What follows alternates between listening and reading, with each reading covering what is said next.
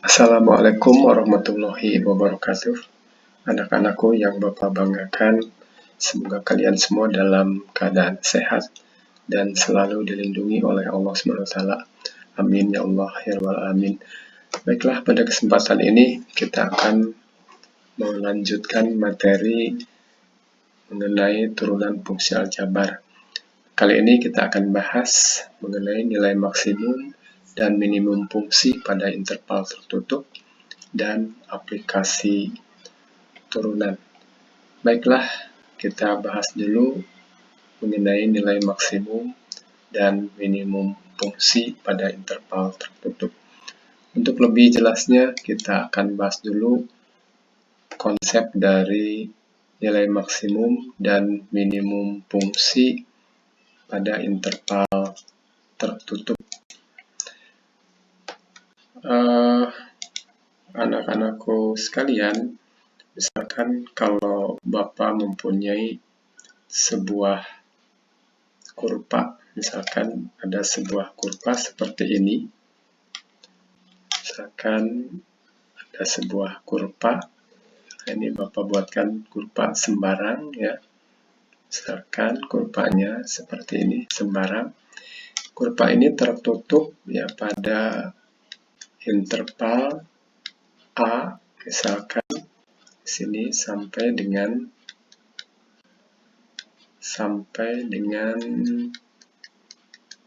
D, misalkan ya, tertutup. Nah, ini. Jadi kalau kita tuliskan intervalnya, ini adalah A kurang dari atau sama dengan X, kurang dari atau sama dengan D. Jadi di antara A sampai dengan D. Nah, ini penulisan notasi ini bisa juga kita tuliskan dengan A, D. Itu ya. Nah, baiklah, untuk memahami atau mengetahui notasi dari penulisan interval ini, baik akan Bapak kupas dulu sepintas ya. Kalau notasi untuk misalkan A kurang dari X kurang dari D, maka ini bisa ditulis dengan notasi seperti ini. A, D. Nah, tanda kurungnya kurung biasa ya. Kalau tertutup ini berarti kurung siku. Sini ada sama dengan tertutup. Nah, kalau seandainya A kurang dari X kurang dari atau sama dengan D, maka notasinya bisa ditulis dengan tanda kurung biasa ya, kurung buka biasa. Lalu D di sini adalah kurung siku. Nah, seperti itu. Nah, lalu kalau seandainya A ini kurang dari atau sama dengan X kurang dari D, nah berarti kurung bukanya adalah kurung siku. Kemudian kurung tutupnya kurung biasa, seperti ini. Nah, kalau seandainya X lebih dari atau sama dengan misalkan 2, X lebih dari atau sama dengan 2. Berarti di sini adalah terbuka ya X-nya. Berarti kalau terbuka sampai tak hingga. Kalau dia lebih dari, berarti di awalnya itu adalah tertutup ya. Berarti kalau tertutup di 2, maka ini harus kurung siku. Kurung siku 2 sampai dengan positif tak hingga ya. Di sini sampai tak hingga. Maka di sininya terbuka. Jadi 2 sampai tak hingga kan, lebih dari. Nah, di sininya terbatas ya. Nah, berbeda kalau di sininya bentuknya seperti ini, X kurang dari 2. Nah, kalau kurang dari 2 berarti dia terbuka ya. Terbuka berarti sampai kurang dari 2 berarti negatif tak hingga di sini. Negatif tak hingga. Lalu di sininya juga terbuka. Nah, gitu ya, seperti itu. Berarti ini adalah kurang dari 2, ya, kurang dari 2. Kalau ini 2-nya sama dengan 2, berarti tertutup di 2. Dan ke kanan, karena lebih dari 2. Kalau ini ke kiri, karena kurang dari 2. Nah, itu sepintas mengenai notasi untuk interval, seperti itu. Nah, kemudian kita lanjutkan. Di sini ada interval tertutup untuk fungsi Y sama dengan fx. Nah, seperti ini. Untuk X sama dengan A, ini nilai fungsinya adalah FA.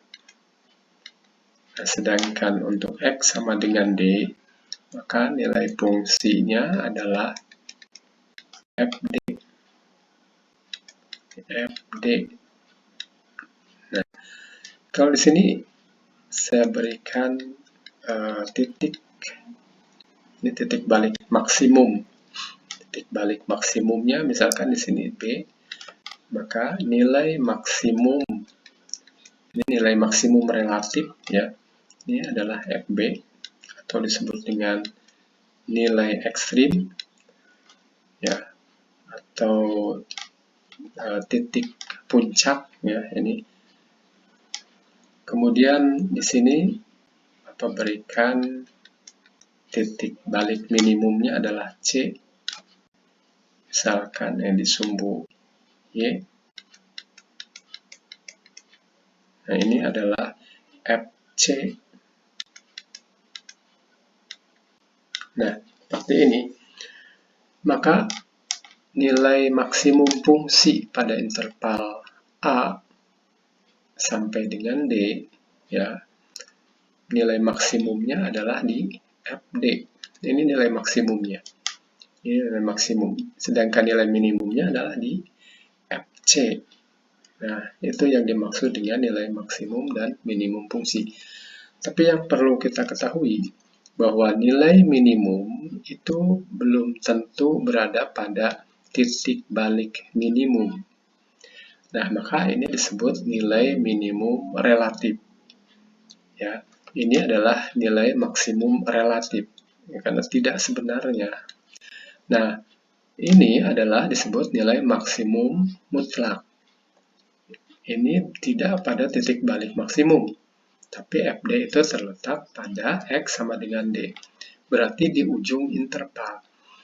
Jadi kita simpulkan bahwa nilai minimum atau maksimum itu bisa terletak pada titik stasioner, ya, ini kan titik stasioner disebutnya, tidak naik tidak turun di sini, dan bisa juga terletak di ujung interval.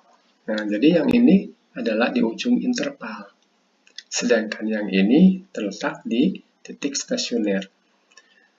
Nah, ini disebut nilai minimum mutlak yang sebenarnya, ya, dan juga ini adalah merupakan nilai minimum relatif karena terletak pada titik balik minimum. Tapi yang jelas ini adalah nilai maksimum relatif, tidak yang sebenarnya. Ini adalah nilai maksimum mutlak. Nah, itu yang lebih jelasnya, gitu ya. Nah, sekarang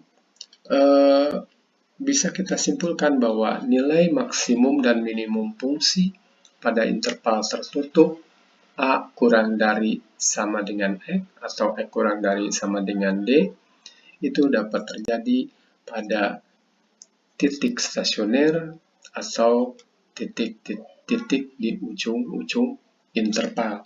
Jadi kalau kita simpulkan dari pernyataan tadi, bisa kita simpulkan di sini.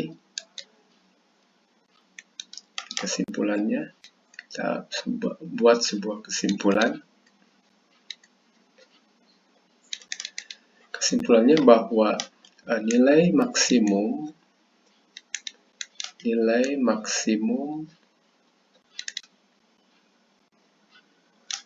dan minimum fungsi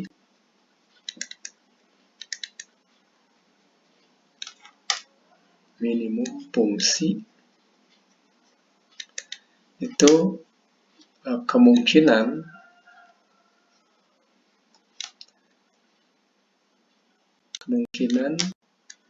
itu terdapat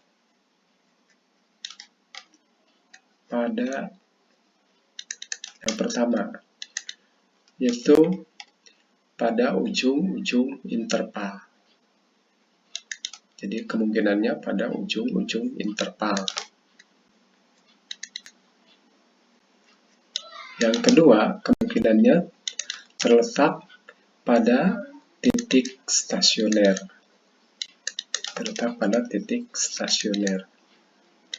Nah, jadi kita harus mencari nilai di ujung-ujung interval, dan kedua adalah nilai di titik stasioner. Tapi dengan syarat, titik stasionernya yang mana? Titik stasioner ini harus terletak pada interval. Kalau di luar interval tidak boleh, ya, tidak berlaku, terletak pada interval yang ditentukan. Nah, jadi harus terletak pada interval. Nah, ini adalah untuk menentukan nilai maksimum dan minimum fungsi. Nah, baiklah, akan Bapak berikan contohnya, ya. Misalkan seperti ini. Ini ada contoh. Tentukan nilai maksimum dan minimum fungsi f(x) sama dengan 1/3 x pangkat 3 ditambah setengah x kuadrat dikurangi 6x tambah 1 pada interval. Nah, ini interval tertutupnya. Jadi mulai dari negatif 2 sampai dengan 3. Nah, jadi sudah kita ketahui. Jadi untuk menjawabnya, kita cari dulu nilai-nilai di ujung interval, ya. Jadi kita ambil nilai fungsi pada ujung interval. Pada ujung interval yaitu mulai dari x sama dengan negatif 2, kemudian kita cari 3, ya. Berarti kita ambil untuk x-nya sama dengan negatif 2, maka kita cari berapa nilainya, f negatif 2. Nah, tinggal masukkan ke sini, 1/3 kali negatif 2 pangkat 3 ditambah setengah kali negatif 2 kuadrat dikurangi 6 kali negatif 2 ditambah 1. Nah, itu ya. Nah, kita hitung. Nah, ini negatif 2 pangkat 3, negatif 8/3. Negatif 8/3. Kemudian ini negatif 2 kuadrat, 4. Ya, 4 kali setengah ditambah 2. Kemudian ini ditambah dikurangi 6 kali ya, negatif 6 kali negatif 2 ditambah 12. Ini tambah 12 tambah 1. Tambah 1. Nah, ini adalah negatif 2, ya, 2/3 kan. Ya. Negatif 2, 2/3, ya. Lalu ini adalah tambah 15. Ya, tambah 15. Nah, berarti ini negatif, ini positif. Jadi 15 dikurangi 2, 13. Kurangi lagi 2/3. Berarti 12 1/3. Ya. Jadi ini jumlahnya adalah, kalau ini positif, ini adalah 15. Jadi 12 1/3.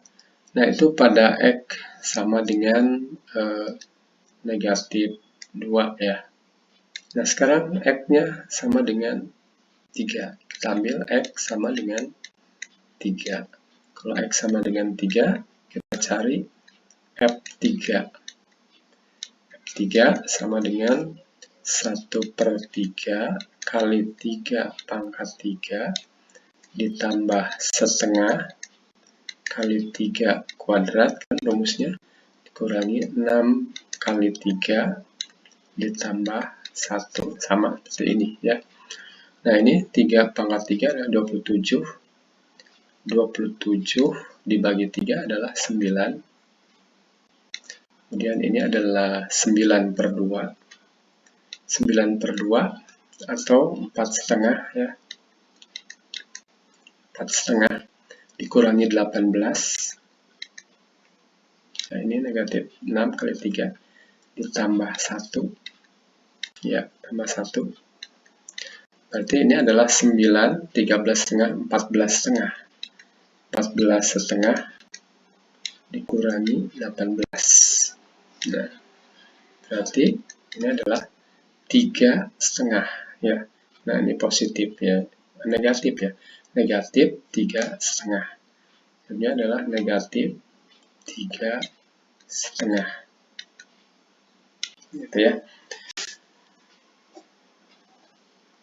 Ya, kemudian kita cari nilai stasionernya. Ini baru di ujung interval. Nah, kemudian berikutnya kita cari nilai stasioner, tapi yang terletak pada interval ya. Kita tahu bahwa titik stasioner itu syaratnya apa? F aksen X harus sama dengan 0. Nah, ini adalah titik stasionernya, terletak pada F aksen X sama dengan 0 ya.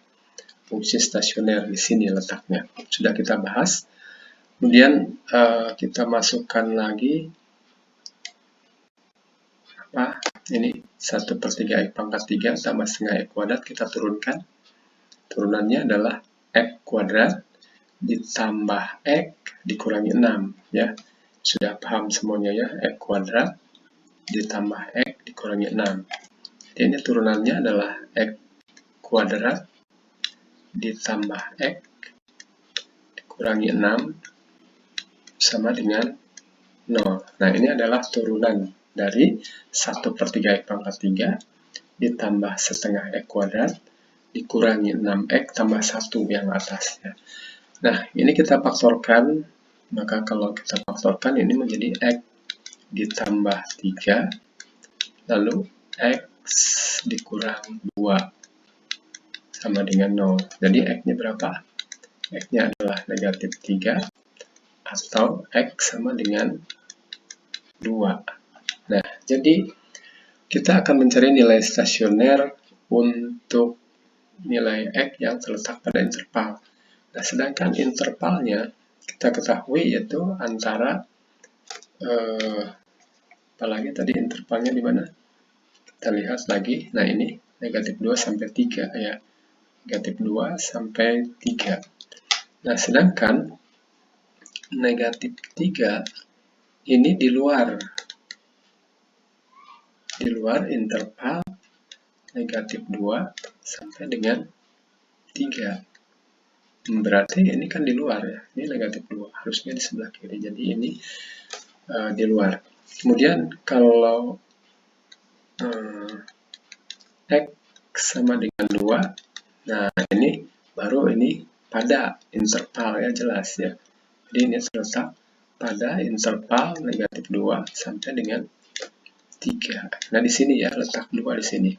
Maka kita cari nilai stasioner untuk F2. Jadi untuk yang ini tidak usah dicari, ya tidak. F2 adalah sama dengan masukkan ke nilai fungsinya yaitu 1/3 X pangkat 3 kan, ya. Lalu ditambah kurangi ya. Kita lihat lagi, yaitu ditambah setengah X kuadrat ya, ditambah setengah X kuadrat ditambah setengah kali 2 kuadrat lalu dikurangi 6X, 6 kali 2 ditambah 1. Nah, maka ini nilainya adalah 8/3. Ini nilainya 2. Lalu ini dikurangi 12 ditambah 1. Maka ini adalah 2/3 ditambah 2 kurangi 12 kurangi 9 ya. Nah, kurangi 9 ya. maka ini sama dengan 2/3 kurangi 9, berarti 6. Ya, negatif ya, karena ini lebih besar negatifnya. Ini negatif 6. Dengan 2 jadi 8, sini 1/3. Ya, jadi 8, ini 1, ya 9. Ini adalah negatif 6 1/3. Nah, sudah ya, jadi kita sudah menentukan nilai di ujung-ujung interval dan nilai di titik stasioner, ya, nilai stasionernya. Nah, sekarang kita pilih mana yang paling besar dan mana yang paling kecil. Ini adalah 12 1/3. Nah, ini yang paling besar ya. Nah, jadi X sama dengan negatif 2, berarti F negatif 2. Sedangkan yang terkecilnya di mana? Negatif 3,5, ini negatif 3,5. Lalu berikutnya, ini adalah negatif 6 1/3, berarti di sini. Nah, ini yang paling kecil, F2. Ya, jadi ini terletak pada nilai stasioner. Berarti nilai minimumnya adalah F2 dan nilai maksimumnya adalah F negatif 2. Nah, jadi kita simpulkan, kesimpulannya adalah jadi nilai maksimum fungsi, nilai maksimum adalah F negatif 2, yaitu adalah berapa tadi? 12 1/3, 12 1/3, dan nilai minimumnya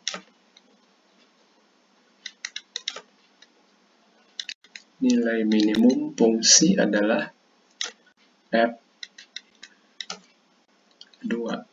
yaitu negatif 6 1/3. Nah, begitu untuk menentukan nilai maksimum dan minimum fungsi pada interval tertutup. Baiklah, selanjutnya kita bahas mengenai aplikasi turunan fungsi. Aplikasi turunan fungsi akan dibahas juga pada matematika peminatan di kelas 12. Nah, untuk kali ini kita akan membahas yang sederhana saja, yaitu yang pertama adalah penggunaan nilai maksimum dan minimum fungsi. Jadi di sini tidak terletak pada interval tertutup ya. Jadi ini intervalnya interval terbuka. Dan tentunya nilai maksimum atau minimumnya itu harus terletak pada nilai balik maksimum atau pada titik ekstrim letaknya itu. Jadi berlaku untuk kurva yang berbentuk seperti itu. Jadi tidak tertutup, terbuka. Misalkan contohnya seperti ini. Sebuah peluru ditembakkan ke atas tinggi H meter setelah T detik. Itu dirumuskan dengan HT sama dengan 120T dikurangi 5T kuadrat. Tentukan tinggi maksimum yang dicapai peluru. Nah, kita sudah pahami. Sejak SMP kita tahu bahwa ini adalah kurvanya berbentuk parabola. Dan parabola ini terbukanya ke bawah. Nah, ini karena apa? Koefisien T kuadratnya negatif, maka kurvanya berbentuk parabola ya, seperti ini. Karena dia ditembakkan ke atas ya, seperti ini. Nah, berapakah tinggi maksimum dari peluru ini? Nah, itu yang ditanyakan ya.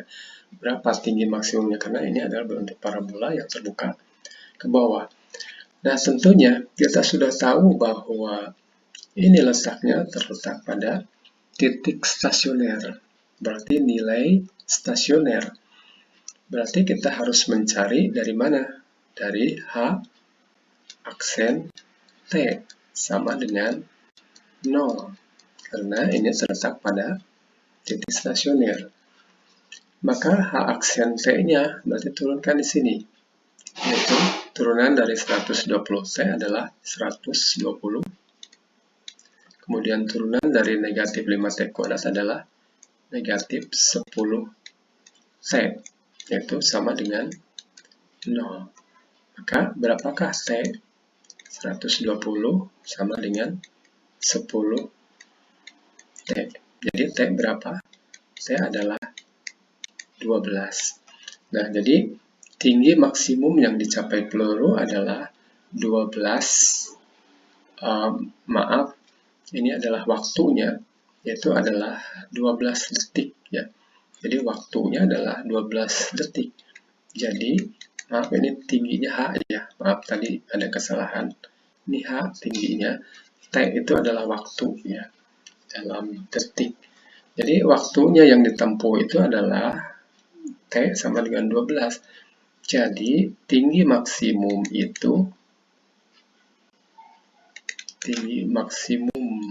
yang dicapai oleh peluru itu adalah yaitu H12 ya, waktunya 12 detik ya.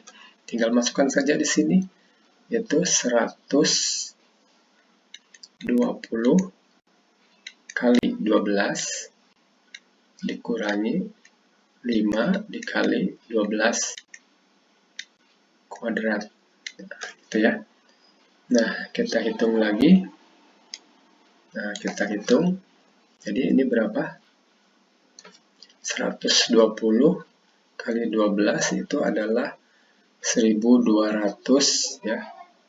1440. Ini 1440 ya. 1440. Kemudian yang ini 5 kali 144. 5 kali 144 itu adalah 720 ya. Ya, kita turunkan dulu ke bawah ini. Maaf, kita turunkan sebentar. Nah, di sini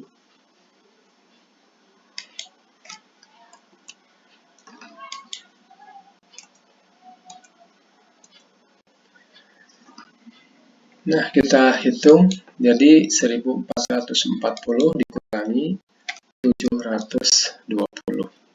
Jadi ini berapa? 720 ya. 720. Jadi ketinggiannya itu adalah 720 meter ketinggiannya. Ya. Tinggi maksimumnya adalah 720 meter, seperti itu.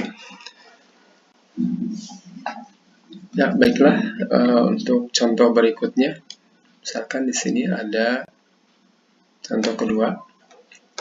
Jumlah dua bilangan X dan Y adalah 48. Tentukan nilai X-Y kuadrat agar maksimum. Berarti kalau di sini adalah jumlah dua bilangan, berarti X ditambah Y, ini adalah 48. Nah, misalkan nilai X-Y kuadrat, berarti L sama dengan X-Y kuadrat. Nah, misalkan ini nilainya ya, nilai maksimumnya ini berapa? Jadi caranya adalah kita substitusikan X tambah Y sama dengan 48 ke X-Y kuadrat. Silakan kita ambil salah satu variabel, mau X atau mau Y, silakan, itu sama saja. Misalkan kalau kita akan mensubstitusikan X, misalkan X itu sama dengan 48 dikurangi Y.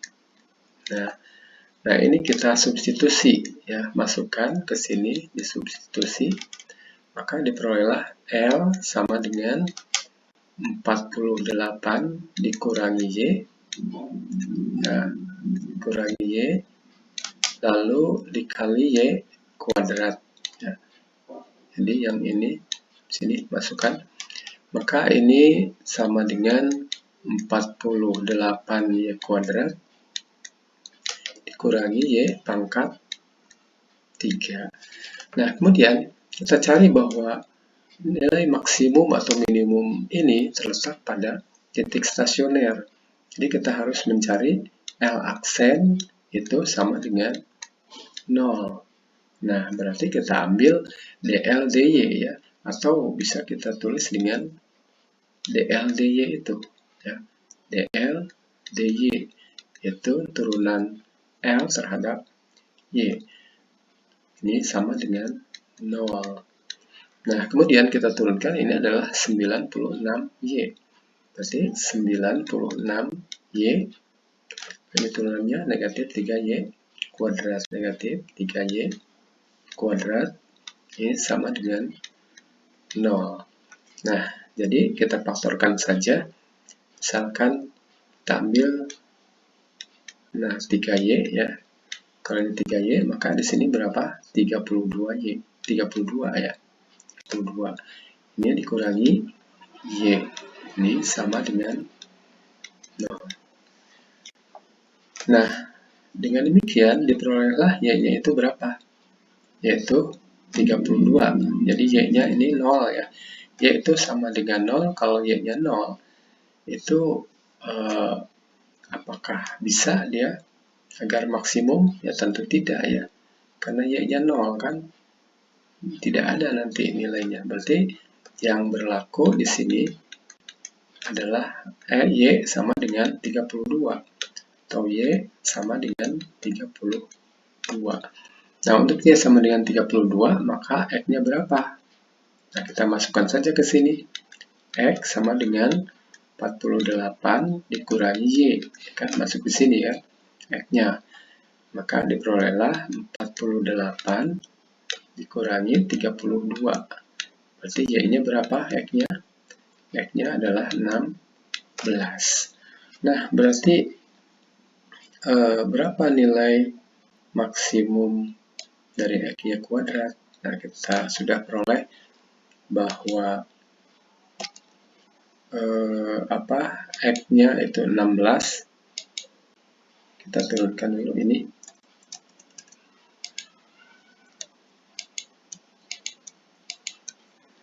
Nah, jadi nilai maksimumnya adalah sebentar. Nah, jadi diperolehlah nilai maksimum XY kuadrat itu sama dengan X-nya 16, Y-nya adalah 32. Nah, ini kan kuadrat. Ini kan kalau dijumlahkan ini 48 ya. Maka tinggal dihitung saja. Ini adalah 16 dikali, ini berapa nih? 32 kuadrat. 900, 1024 ya. 1024 ya. 32 kuadrat ya. 120 jadi 1024. Nah, 1024 dikali dengan 16. Jadi kita hitung dulu ya. Jadi 10.240. Lalu 16 kali 24-nya, 16 kali 24 berarti ini 240, 360, 384 ya, 384. Nah, jadi 10.624. 10.624 ya. Tolong kalau salah menghitung ya tolong dikoreksi lagi, mohon maaf karena saya cek sepintas saja. Jadi nilai maksimum untuk XY kuadrat yaitu adalah 10.624 ya. Kemudian contoh yang berikutnya, sebuah tabung tertutup mempunyai volume 128 V meter kubik. Tentukan tinggi tabung tersebut agar luas permukaan sekecil mungkin. Jadi kalau sebuah tabung itu volumenya 128 V, supaya bahannya itu adalah ditekan sekecil mungkin, ya apalagi kalau kita membutuhkan biaya untuk membeli bahan, maka berapa luas permukaan sabung ini. Ini sabungnya tertutup ya, saja sabung tidak tertutup. Nah, kalau kita buat sketsanya, ini seperti ini. Misalkan di sini kita buat sketsa sebuah sabung. Nah, misalkan ini ada sebuah tabung. Nah, di sini adalah tinggi tabung. Lalu di sini adalah misalkan ini adalah jari-jarinya ya. Jari-jari dari lingkaran alas ya. Maka bisa kita lihat bahwa luas alas itu merupakan sebuah lingkaran. Jadi luas alasnya itu apa rumusnya? Luas alasnya itu adalah VR kuadrat berbentuk lingkaran ya, luas alasnya. Jadi kalau ada penutup berarti 2 kali VR kuadrat. Nah, kemudian kita lihat dari soal, sebuah tabung tertutup mempunyai volume. Nah, bagaimana rumus volumenya? Volume itu adalah alas kali tinggi, sedangkan luas alasnya adalah VR kuadrat. Nah, tingginya apa? T. Jadi ini adalah volumenya. Nah, kemudian volume ini yaitu 128 V meter kubik. Nah, ini. Nanti volume ini akan disubstitusi ke rumus luas permukaan. Nah, luas permukaan. Sedangkan luas permukaannya apa? Luas permukaan itu adalah sama dengan 2 kali luas alas ya. Nah, 2 kali luas alas. Ini luas alasnya berbentuk lingkaran ya. Luas alas ada 2 kali 2 VR kuadrat. Lalu ditambah dengan luas selimut. Nah, ini luas selimut. Ingat, kalau luas selimut, nah kalau dibuka dari tabung itu, maka akan berbentuk seperti ini. Ya, ini tinggi tabung, sedangkan ini adalah keliling. Keliling lingkaran. Keliling lingkaran ini ya, kalau dibuka ini disobek, ya, disobek selimutnya tabung. Keliling lingkaran itu rumusnya apa? 2 VR. 2 VR atau VD. Diameter V kali diameter atau 2 VR kali dengan tinggi. Nah, karena ini adalah berbentuk persegi panjang. Jadi 2 VRT. Nah, dari rumus ini, jadi kita substitusi dari sini. Jadi kita akan mencari T ini, rumusnya apa? Nah, jadi yang paling mudah kita mensubstitusi T. T sama dengan 128 V kan, dibagi dengan VR kuadrat. VR kuadrat. Nah, jadi ini masuk ke sini berarti. Ini yang paling mudah. Jadi cari yang disubstitusikan mudah. Ini jadi ini V-nya coret kan, jadi 128 per R kuadrat. Nah, jadi diperolehlah L ini menjadi 2 VR kuadrat ditambah 2 VR kali 128 per R kuadrat. Nah, ini masuk. Jadi V-nya sudah dicoret. Nah, jadi di sini ya letak T-nya itu. Nah, sekarang kita hitung lagi. Nah, kita sederhanakan, maka ini menjadi 2 VR kuadrat ditambah, nah ini R-nya coret 1, ini 2 kali 128, 256 V per R. Nah, R-nya dicoret kan 1 ya. Maka ini akan kita turunkan, karena ini terletak pada nilai minimumnya, ini terletak pada nilai stasioner. Jadi kita buat dulu dalam bentuk pangkat supaya mudah diturunkan. Jadi diturunkannya terhadap R. R pangkat negatif 1.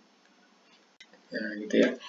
Nah, kita tahu syaratnya nilai minimum ya, luas permukaan ini, itu terletak pada L aksen sama dengan 0. Atau DL, DR di sini ya. Karena variabelnya di sini adalah R, bukan V ya. Jadi kita turunkan, ini 2 kali 2V, 4V, 4VR, pangkatnya kurangi 1, jadi 4VR, pangkatnya kurangi 1 ya. Lalu ini turunkan, negatif 1 kali 256V, jadi dikurangi 256V, melahirkan R, ya. R pangkatnya kurangi 1, jadi 2. Nah, ini sama dengan 0. Nah, ini syaratnya ya. Syarat untuk nilai minimum atau maksimum. Kalau di sini minimum ya. Nah, kemudian kita cari nilai R ini. Nah, ini pangkat negatif 2, maka ini menjadi 4VR dikurangi 256V per R kuadrat sama dengan 0. Nah, ini kan pangkatnya negatif, jadi pangkat positif turun ke bawah. Kemudian, supaya tidak pecahan, maka ini dikali R kuadrat, ini kali R kuadrat. Supaya R kuadratnya hilang. Kali R kuadrat, maka ini menjadi 4VR pangkat 3. Ini kali R kuadrat. Ini kali R kuadrat, maka dia hilang R kuadratnya. Jadi 256V sama dengan 0. Nah, maka kalau kita pindahkan ke ruas kanan, 4VR pangkat 3, ini di ruas kanan 256V, maka kita peroleh R pangkat 3 itu sama dengan 256V per 4V, gitu ya, per 4V yang ini ya, 56V per 4V. Nah, V-nya coret. V coret, 256 dibagi 4, yaitu berapa? 64 ya. Ini 64. Nah, V-nya sudah dicoret. Jadi R-nya berapa? Nah, R-nya ini diambil yang positif. Ya, memang ini harus positif ya. Jadi, R itu sama dengan akar pangkat 3 dari 64. Itu berapa? 4 ya.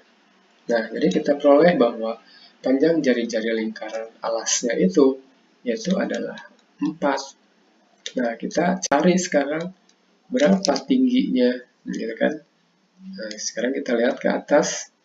Nah, jadi kita peroleh jari-jarinya itu 4 meter. Nah, sedangkan tingginya berapa? Kita cari rumus tinggi. Nah, ini rumus tinggi. Tingginya itu adalah 128V per VR kuadrat. Nah, ambil saja dari sini T-nya. Ya. Jadi, 128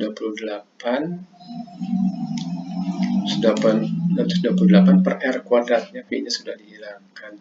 128 per R kuadrat. 128 per R kuadrat. Nah, jadi 128 per 4 kuadrat. Jadi 128 dibagi 16. Jadi berapa? 8 ya. 8. Jadi ukuran tabung itu adalah dia ukuran tabung. Jadi ukuran tabung kita bisa memperoleh data itu tingginya berarti 8 meter ya. T itu sama dengan 8 meter. Ini ya 8 meter. Kemudian jari-jari lingkaran alas, jari-jari alas yaitu R sama dengan 4 meter. Yang ditanyakan yang ini saja ya, tingginya. Nah, itu untuk memperoleh luas permukaan minimum dari sebuah tabung tersebut. Nah, kemudian ada soal yang keempat. Luas permukaan sebuah balok dengan alas persegi adalah 150 cm. Jadi kita buat dulu ya sketsanya. Kita buat sketsa ya, misalkan seperti ini. Nah, di mana alasnya ini persegi. Nah, kalau alasnya persegi, ini kalau di sini panjang, ini juga panjang lagi karena sama gitu ya. Ini tinggi ya, gitu ya. Karena ini adalah persegi, panjang dan lebarnya sama, misalkan P dan P. Di sini adalah luas permukaan yang diketahui. Maksudnya luas permukaannya apa rumusnya? Luas permukaan. Nah, ini luas permukaan. Luas permukaan L sama dengan, jadi alas dan tinggi, alas dan atas ya, bagian atasnya atau penutupnya itu P kali P, jadi 2P kuadrat. Ada 2P kuadrat, yaitu P kali P ya, alas dan atasnya P kali P juga. Jadi 2P kuadrat ditambah selimutnya, yaitu P kali T. Jadi bagian depan, belakang, samping kiri, samping kanan ya. Jadi P kali T ada berapa? Ada 4. 4 kali P kali T. Nah, gitu ya.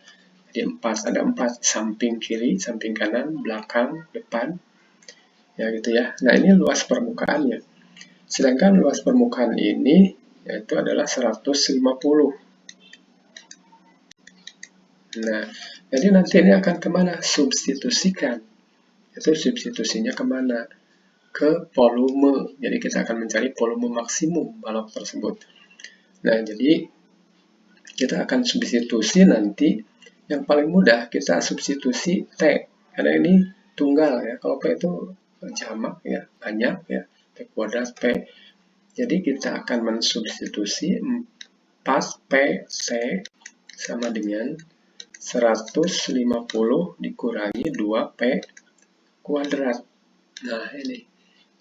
Nah, kemudian kita akan menuliskan berapa T.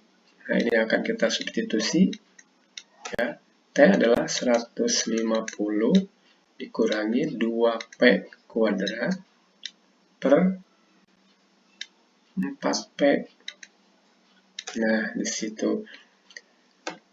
Kemudian kita akan mencari apa? Masukkan ke volume. Masukkan ke volume. Rumus volumenya apa? Volumenya itu adalah panjang kali lebar. Nah, karena panjang dan lebarnya alasnya sama, bentuk persegi, jadi P kali T, yaitu P kuadrat T. Nah, jadi sekarang kita masukkan ini. Masuk. Jadi selalu ada yang disubstitusikan ya di sini. Maka volumenya itu adalah P kuadrat kali 150 dikurangi 2P kuadrat per 4P. Nah, ini adalah T-nya. Sekarang kita sederhanakan lagi, maka diperolehlah 150P kuadrat. Kalau dikalikan sini, lalu ini kalikan lagi ke sini, 2P pangkat 4. 2P pangkat 4 dibagi 4P. Nah, kita sederhanakan lagi. Maka ini menjadi, nah kita bagi ini, P kuadrat dibagi P ya. 150 dibagi 4, itu berapa? Kalau 30, 120 ya. Jadi sekitar 37,5. Atau kita tulis saja dulu sementara ya, 75/2. Kita singkat saja dulu P. Nah, ini jadi 75 dibagi 2, dibagi 2. Biarkan dulu ke 37,5 ya. Nah, kemudian dikurangi, nah ini P pangkat 4 dibagi P pangkat 3. Nah, ini 2 dibagi 4 setengah. P pangkat 3. Nah, kemudian kita tahu syaratnya. Nah, syaratnya itu adalah harus nilai stasionernya itu adalah sama dengan 0. Jadi kita harus mencari dulu P aksen sama dengan 0. Ya, kita cari di sini P aksen itu, maaf ya, ini sama dengan 0. Kita cari nilai stasionernya. Kemudian kita cari turunannya, berarti di sini turunkan. Jadi turunannya adalah 75/2. Ya kan, 75/2. Ini P-nya ya, koefisiennya saja. Lalu 3 kali negatif setengah, negatif 3/2. Pangkatnya kurangi 1, P kuadrat sama dengan 0. Nah, kita kali 2 saja, kali 2 supaya hilang. 2-nya kali 2 tekan sama dengan 0. Jadi 75 sama dengan 3P kuadrat. Jadi P kuadrat sama dengan 75 dibagi 3 ya, 25. Ini berapa P? Kita ambil yang positif. Karena di sini ukuran sebuah bangun ruang. Jadi P-nya kita ambil yang positif. Jadi didapatkan P-nya itu adalah 5. Nah, lalu kita mencari tinggi. Ya, tingginya kita masukkan saja ke rumus tadi. Tingginya yang ini kan rumusnya. 150 dikurangi 2P kuadrat per 4P. Ya, 150 dikurangi 2P kuadrat per 4P. Ini masukkan. P-nya adalah 150 dikurangi 2P kuadrat per 4P. Nah, gitu ya. Nah, jadi kita turunkan dulu. Nah, sekarang kita cari lagi. Nah, di sini kita masukkan saja 150 dikurangi 2 kali 5 kuadrat. P-nya 5 kan? Per 4 kali 5.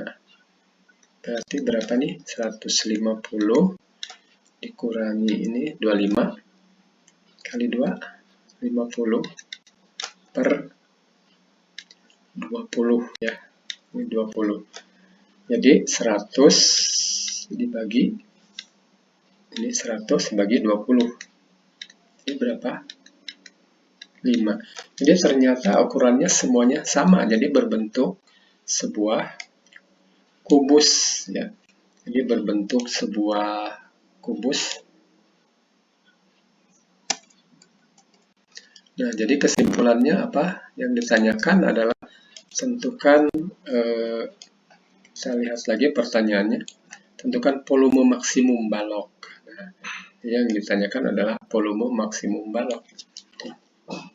Nah, diketahui bahwa panjangnya itu adalah P-nya 5 dan T-nya juga adalah 5.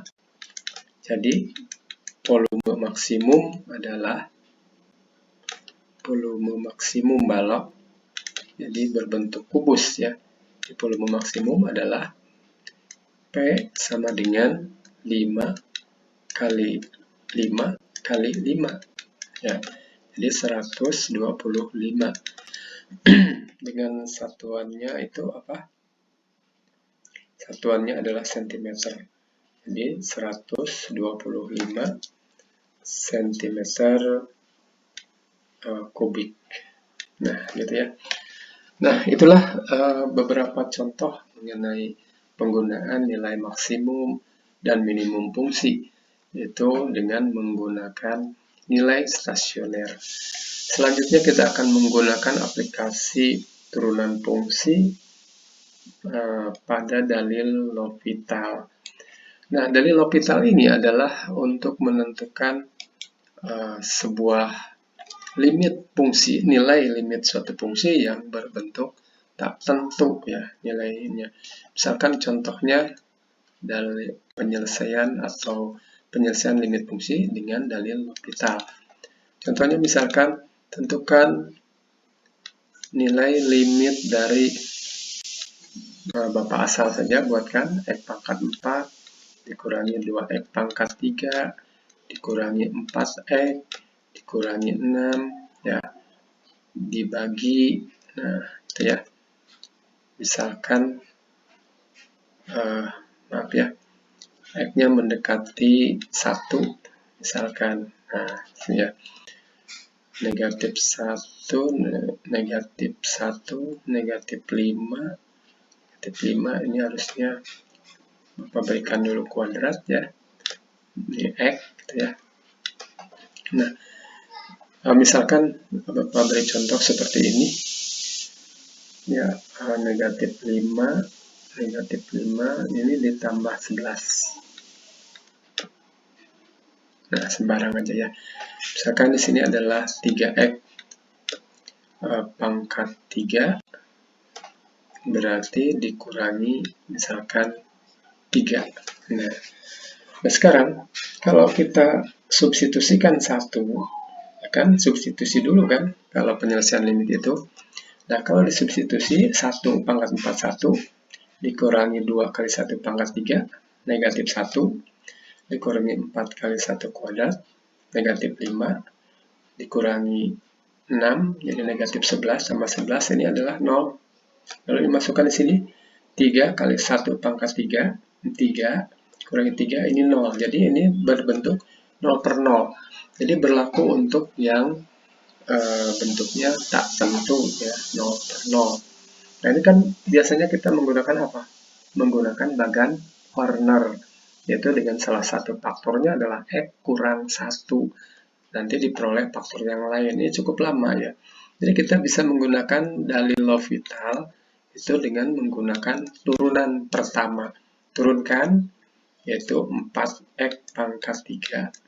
Nah, ini turunkan yang ini 3 kali negatif 2 kurangi 6X kuadrat pangkat kurangi 1 ya, ini jadi 2 kali negatif 4 negatif 8 lalu pangkatnya kurangi 1 jadi X pangkat 1 ya, lalu ini koefisiennya saja di sini, lalu ini turunannya adalah 0 ya. Ya, ulangi 4X pangkat 3 turunannya negatif 6X kuadrat lalu negatif 8X lalu ini negatif 6. Lalu yang penyebutnya juga kita turunkan lagi. Ini 9X kuadrat ya, 3 kali 3 9. Lalu pangkatnya dikurangi 1. Ini turunannya 0. Nah, seperti itu. Nah, kemudian kita substitusi. Nah, kita substitusi.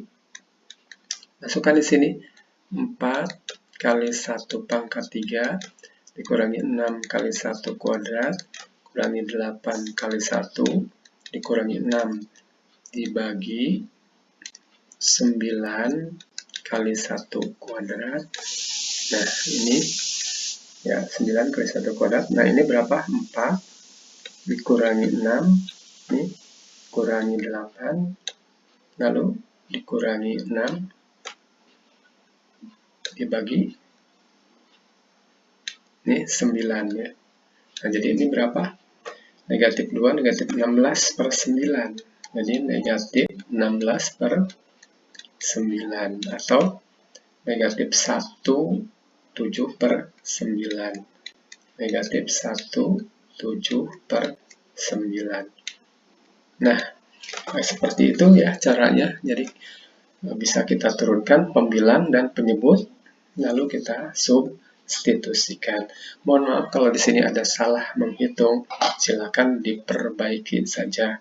Misalkan bukan negatif 16 per 9.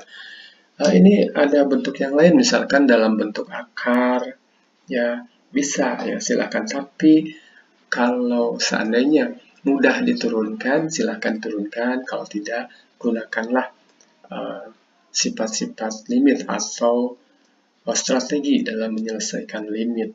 Jangan menggunakan turunan kalau susah diturunkannya. Itu saja yang dapat Bapak sampaikan. Terima kasih atas perhatiannya. Assalamualaikum warahmatullahi wabarakatuh.